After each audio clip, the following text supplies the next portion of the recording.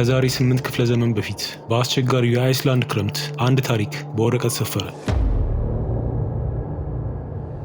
ስለ አስፈሪ ፍጡራንና ድንቅ ገድል ስለፈጸሙ ጀግኖች አካቶ ታሪኩ ለዘመናት በየድግሱ በየቤተሰቡ ስብሰባ ላይ በአፍ ሲተላለፍ ኖሯል።